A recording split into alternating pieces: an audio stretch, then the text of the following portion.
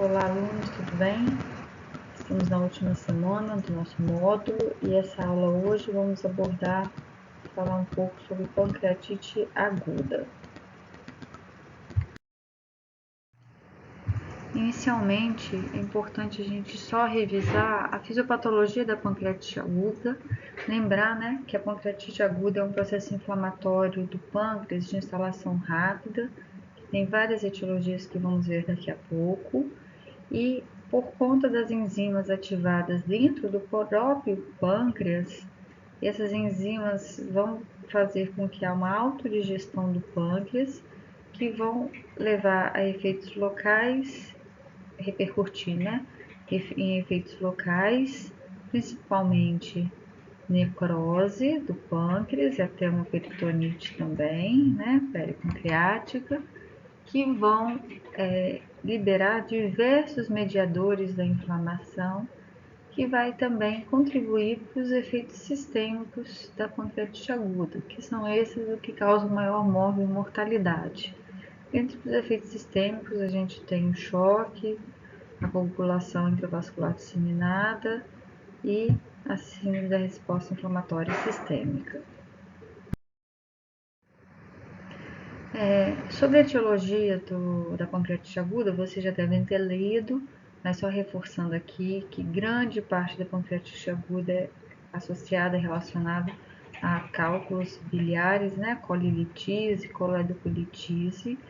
Aqui vem colocado também o álcool, lembrando que se deve ter um consumo, né, de mais de 50 gramas ao dia, por mais de 5 anos, para a gente considerar o álcool como um agente nocivo ao pâncreas, que cause algum problema no pâncreas, mas o álcool aqui ele não é uma causa de pancreatite aguda em si, né? Ele causa uma pancreatite crônica que vai ter os seus períodos de agudização. Outras causas importantes para a gente citar é a hipertrigliceridemia, considerando o triglicerídeos geralmente maior que 1000 como fator de risco também. Drogas, apesar de ser com uma frequência mais baixa, a gente sempre deve questionar os pacientes, né, no quadro de pancreatite aguda, o que eles estavam usando de medicação atual ou de uso recente. Causas autoimunes também, assim como pode causar pancreatite crônica, também pode ter pancreatite aguda, né, fazer como período de agudização. O trauma, principalmente trauma fechado, é uma causa de pancreatite aguda, na época em que se usava cinto de segurança abdominal, né, cinto de carro abdominal, numa batida era comum, trauma em pâncreas. Infecções, alguns vírus, né, podem causar processo inflamatório no pâncreas, cursando com a pancreatite. E aqui eu chamo a atenção para a neoplasia pancreática, que também, apesar de ser raro, como causa de pancreatite aguda, pacientes idosos que fazem um quadro de pancreatite aguda e que a gente não encontre outra causa, a gente deve investigar se esse paciente não tem uma neoplasia pancreática sobreposta. Bom, para a gente fazer o diagnóstico da pancreatite aguda, a gente tem que ter pelo menos 2 desses 3 critérios abaixo, né? Aquela dor abdominal característica, que vamos comentar daqui a pouco, aumento da amilase e ou lipase 3 vezes o valor da referência e alterações características nos exames de imagem. A pancreatite aguda é classificada atualmente em pancreatite leve, pancreatite moderadamente grave e pancreatite grave. Esses critérios foram revisados em 2013 e são os critérios de Atlanta que fazem essa classificação. Na pancreatite leve, né, a gente não vai ter nenhuma lesão de órgão-alvo, né, nenhuma insuficiência de órgão e também a ausência de complicações locais. O que difere essa revisão, né, essa classificação da anterior, que era de 93, é que aqui eles incluíram moderadamente grave, que seria o quê? Aquele paciente que faz complicação local ou que faz uma falência de órgão transitória menor que 48 horas. Se esse paciente persiste com falência de algum órgão por mais de 48 horas, ele já é classificado como uma pancreatite grave.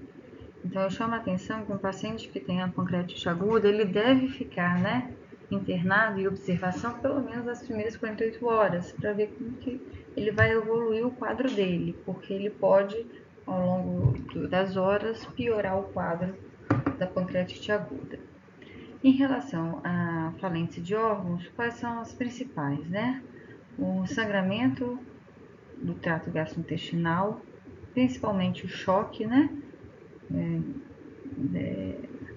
Cardiogênico, choque hipovolêmico, uma PO2 menor que 60, ou seja, falência da parte pulmonar, ou uma creatinina maior que 2, ou igual a 2, ou seja, lesão de rim,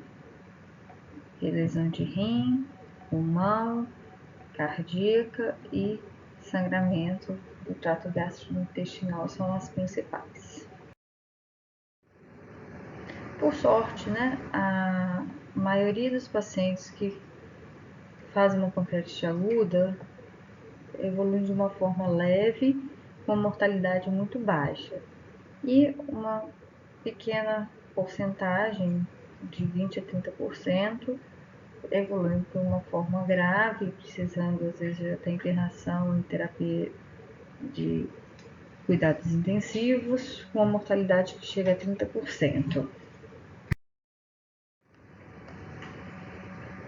Retornando aqui alguns aspectos que a gente deve avaliar inicialmente no atendimento desses pacientes que predispõem maior risco de o paciente evoluir para uma pancreatite grave, são eles, Além da idade, eu chamo a atenção aqui a obesidade, com IMC acima de 30, alteração do nível de consciência, presença de comorbidades, sinais de CIRS,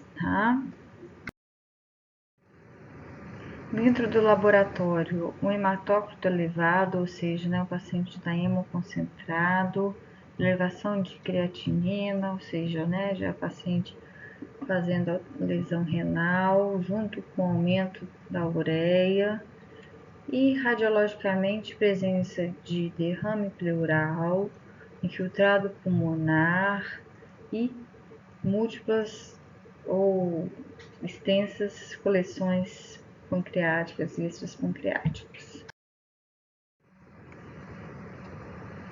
As complicações locais da pancreatite aguda, isso está dentro do livro texto de vocês, do Helios, eu só quis reforçar aqui, que além da necrose, que ela pode ser tanto estéril quanto infectada, a gente pode ter formação também de pseudocistos, de ascite pancreática, se ocorrer alguma fístula, para a cavidade abdominal, além de trombose de vasos sanguíneos peripancreáticos. Mas o que a gente vê mais comum no dia a dia são a necrose, tanto estéril infectada, além das coleções também peripancreáticas e do pseudocisto. Da manifestação clínica, quase 100% dos pacientes vão ter dor. É um paciente que se apresenta com uma dor de forte intensidade, O paciente chega a procurar o pronto-socorro, um pronto atendimento. Ela geralmente é de início súbito, contínua. A localização, ela tende a ficar em abdômen superior e pode ter radiação para dorso, mas eu chamo a atenção que isso não é necessariamente, isso não precisa necessariamente ocorrer para a gente pensar em pancreatite aguda. Ou seja, todo paciente que chega no pronto-socorro com dor abdominal forte, um dos diagnósticos diferenciais que a gente sempre tem que fazer com pancreatite aguda, E outra coisa importante que a gente tem que saber é que a dor não tem relação com a gravidade do quadro desse paciente. Não é a dor que vai predizer se se esse paciente vai evoluir de forma grave ou não, né, a intensidade dessa dor. Náuseas e vômitos geralmente se acompanham a dor, são frequentes, e a distensão abdominal, até o ilho paralítico, também pode acontecer em até 60% dos. Esses são os sinais clássicos da pancreatite aguda, que a gente vê relatos no livro, que é o sinal de Cullen e de Gray-Turner, que são hematomas na parede abdominal, justamente pelo sangramento, né, e necrose do tecido subcutâneo, com extravasamento do suco pancreático para a cavidade abdominal, né? Mas no dia a dia isso não é comum de ser visto. Os exames laboratoriais a gente tem, principalmente para o diagnóstico da pancreatite aguda, amilase e lipase. As duas, né, costumam se elevar até 3 vezes, né, de 2 a 3 vezes. Tem uma boa sensibilidade, só que a especificidade da lipase é bem superior à amilase. E uma outra coisa importante é que a amilase ela se normaliza muito mais rápido do que a lipase. A lipase pode persistir até por 1 semana, 2 semanas elevadas no soro. E a amilase já em 72 horas tende a normalizar. E aqui eu também chamo a atenção que, assim como a dor abdominal não tem correlação com a gravidade da pancreatite, a amilase e lipase também não se correlacionam com a gravidade, né? Ou seja, a gente não precisa ficar seriando amilase e lipase em paciente que é admitido com pancreatite aguda. A gente usa só para fazer o diagnóstico. Outros exames laboratoriais importantes são para avaliar, né, justamente os outros órgãos que podem vir a ter repercussão sistêmica pelo processo inflamatório sistêmico. Então, a função renal é importante, gasometria, os íons, que lembram que esses pacientes tendem a fazer muito vômitos, né? Estão geralmente sem ingerir alimento, podem fazer distúrbios hidroeletrolíticos. E as enzimas hepáticas e canaliculares também são importantes para a gente suspeitar, né, se existe algum fator obstrutivo aí que possa estar sendo a causa dessa pancreatite. A proteína C reativa, diferente da amilase lipase, essa sim, ela define gravidade, certo? E quando ela está maior que 150 é um fator de mau prognóstico. De exames de imagem, a gente tem o raio-x simples de abdômen, que costuma ser pedido no atendimento, né, inicial do paciente, no pronto-socorro, quando não é o raio-x de abdômen e a tomografia, mas entra como rotina de atendimento de abdômen agudo. O raio-x de tórax também é sempre solicitado, principalmente para a gente avaliar se há derrame pleural, tá?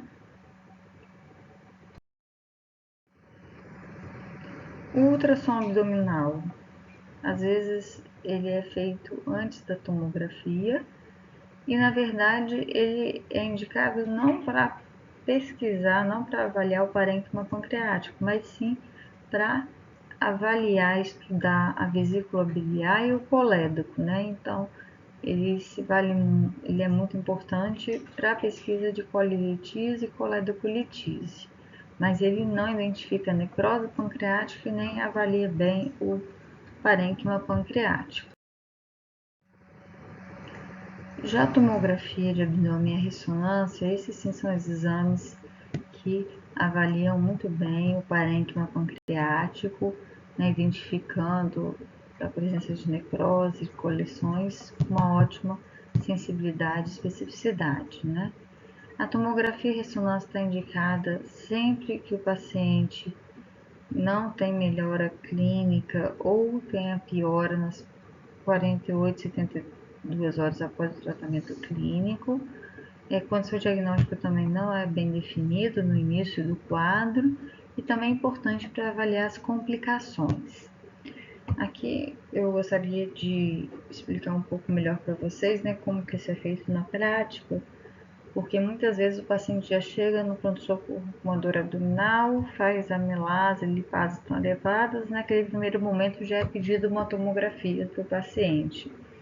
Lembrar que o processo inflamatório do pâncreas, né, ele se inicia e para você ter uma extensão dessa inflamação e lesão tecidual, isso pode demorar 24, 48 horas. Então, se você faz uma tomografia muito precoce desse paciente, às vezes você ainda não vai estar vendo o estrago do pâncreas dele por conta dessa pancreatite.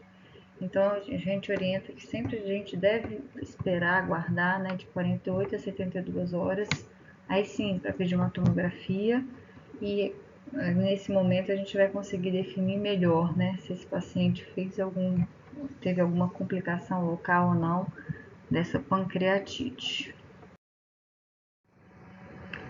O ultrassom endoscópico, né, ele também é muito útil na pancreatite aguda, não no atendimento inicial, mas quando a gente tem aqueles casos de pancreatite aguda recorrente, que a gente não consegue identificar a etiologia, e aí a primeira suspeita nossa continua sendo colelitise, certo?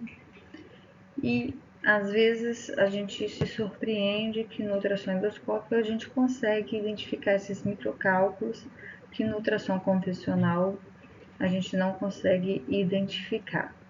Além disso, ele também pode ser usado para punção de coleções e drenagem, né, para pesquisa de necrose infectada e de cistos pancreáticos também. O tratamento da pancreatite aguda envolve tanto tratamento, basicamente o tratamento clínico conservador.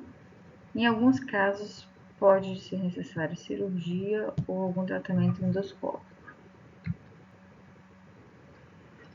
E retorno aqui falando das primeiras 48 horas, né, desse paciente. A gente chama as 48 horas ouro do paciente com pancreatite aguda, que é onde você consegue, né, na maioria das vezes, conseguir reverter esse quadro e evitar as possíveis complicações. Então, essas 48 horas iniciais é importante para a gente definir onde que esse paciente vai ser tratado, né? Se ele vai continuar em enfermaria, se ele está gravando vai ter que ir para unidade de terapia intensiva. A gente tem que buscar ativamente, né, sinais de gravidade desse paciente, identificar o mais precoce possível complicações sistêmicas e manter esse paciente em suporte para que ele não piore ou agrave o quadro dele. E o tratamento clínico da pancreatite aguda é muito básico e simples, qualquer clínico deve saber manejar uma pancreatite aguda em pronto-socorro, né? Não tem muito mistério, e envolve hidratação, analgesia e dieta. Em relação à hidratação, o que é importante reforçar aqui com vocês, que essa hidratação deve ser uma hidratação agressiva, certo? Cerca, como vocês viram no anexo que eu mandei para vocês, né, nas referências, ela tem que ser cerca de 250 a 500 ml por hora de solução cristalóide, de preferência o ring lactato, se houver, nas primeiras 12 a 24 horas. É lógico que esse paciente vai ter que ser monitorado, né? A diurese dele vai ter que ser monitorada. Se for um paciente mais idoso, às vezes a gente vai ter que reduzir um pouco essa hidratação para não fazer congestão. E a gente tem que ter o objetivo de manter a diurese desse paciente maior que 500 ml por quilo-hora, além de a gente avaliar a redução da ureia, né? Identificar uma redução da ureia. Lembrar que a pancreatite aguda, né, pelo processo inflamatório sistêmico, a gente tem uma perda, né, de líquido para o terceiro espaço muito grande. Então, esse paciente se comporta como um paciente hipovolêmico. e a própria hipovolemia que vai piorar a necrose, a isquemia, né, a lesão pancreática e também lesão tubular, né, do rim, a necrose tubular aguda pela hipovolemia. Então, o paciente com pancreatite aguda se comporta como um paciente hipovolêmico e por isso que essa reposição volêmica tem que ser tão agressiva assim e rápida, né, nas primeiras 12 a 24 horas. Em relação à dieta, isso mudou muito de uns 10 anos para cá em relação à pancreatite aguda. A dieta hoje já é liberada de uma forma mais precoce, né? Como está destacado aqui, e gradual. Porque paciente em jejum tempo prolongado, hoje em dia a gente sabe que isso piora a cascata inflamatória, né? O paciente entra em catabolismo. Então, na pancreatite aguda leve, esse paciente deve retornar à nutrição oral assim que melhorar a dor abdominal, as náuseas. A dieta não precisa ser necessariamente líquida, pode ser uma dieta sólida também. O importante é que tenha pouca gordura, né? Sem gordura, porque a gordura é um dos fatores, um dos alimentos que mais vai estimular a produção de suco pancreático, e a gente quer que esse pâncreas fique em repouso por algum tempo. Na pancreatite aguda grave, a opção inicial sempre é da dieta enteral, sempre vai ser a primeira escolha, sendo que a dieta parenteral, né, intravenosa, a gente só opta em últimos casos quando o paciente não tolera, não tem progressão da dieta enteral, né? Então são em casos bem selecionados. Então na pancreatite aguda grave, a gente sempre tenta iniciar a dieta enteral e também precoce nos dois casos, né? Nunca passando de 2, 3 dias para iniciar a dieta. Em relação a antibiótico na pancreatite aguda, no passado também era muito comum de se iniciar antibiótico na chegada desse paciente ao pronto-socorro.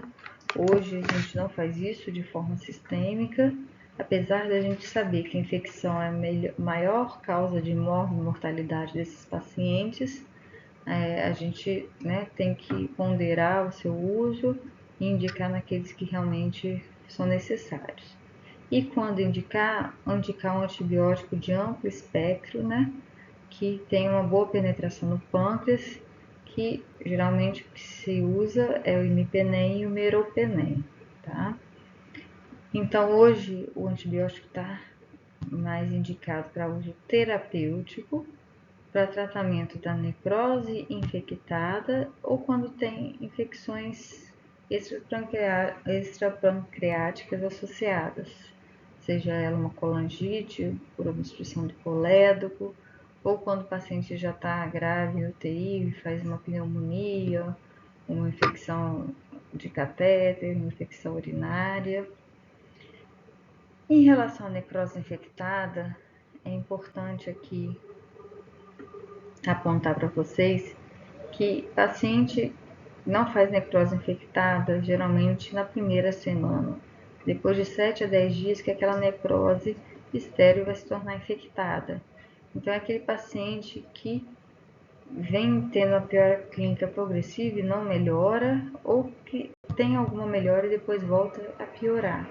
É nesse sim que a gente vai pensar em necrose infectada como uma complicação da pancreatite. O uso profilático, isso daqui já está em desuso, né? Na literatura antiga se colocava o uso de antibiótico quando se tinha necroses maior que 30% ou disfunção orgânica, mas como eu falei, hoje a gente usa apenas quando a gente tem a necrose infectada. A colangiopancreatografia retrógrada, né? Endoscópica CPRE, com esfincterectomia, hoje também é usado só para terapêutica, né? Não se usa mais para diagnóstico de coledocolitíase. Quando a gente observa, né, quando esse paciente tem uma pancreatite biliar com obstrução da via biliar e a colangite associada. Esses pacientes sim devem fazer CPRE que deve ser precoce nas primeiras 24 horas. E aí esse paciente vai fazer uma papilotomia e vai ser retirado esse cálculo, tá?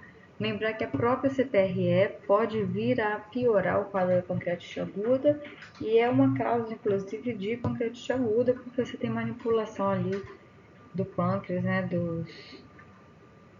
do colédoco que tem comunicação, né, com os ductos pancreáticos também, na papila, né?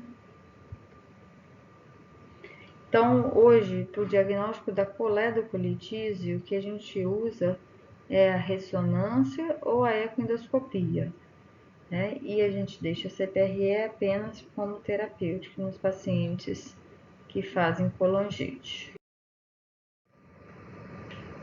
Em relação à cirurgia desses pacientes, é importante destacar aqui que os pacientes com pancreatite aguda leve e litise biliar, eles devem ser operados, fazer a colecistectomia na mesma internação.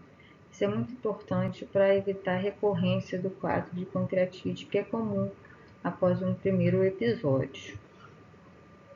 Na pancreatite grave, já nesses pacientes, essa colecistectomia deve ser prorrogada para depois que o paciente já estiver, claro, estabilizado, as coleções já estiverem também formadas e estáveis, né? O paciente tenha saído do quadro grave da sua pancreatite.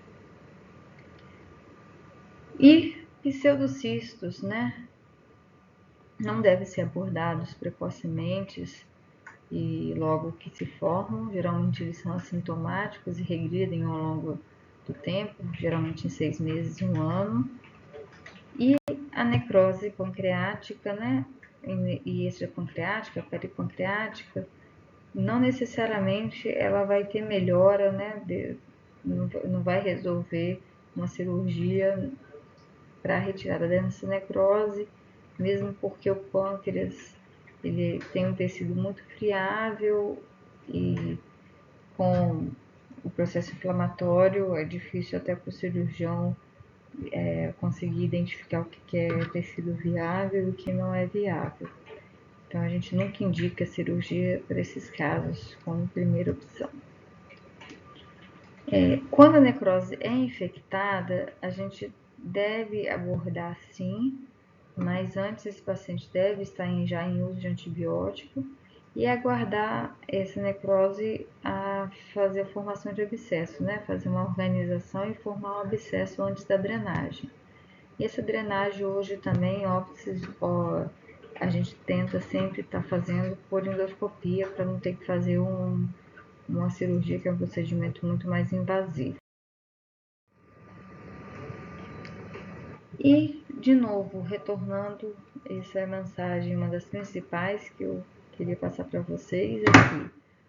Uma vez que o paciente, né, saiu do quadro da pancreatite aguda, se recuperou, a gente sempre tem que lembrar, né, de investigar a causa dessa pancreatite se ela ainda não foi identificada, né? Então é esse paciente que às vezes vai chegar para a gente no ambulatório.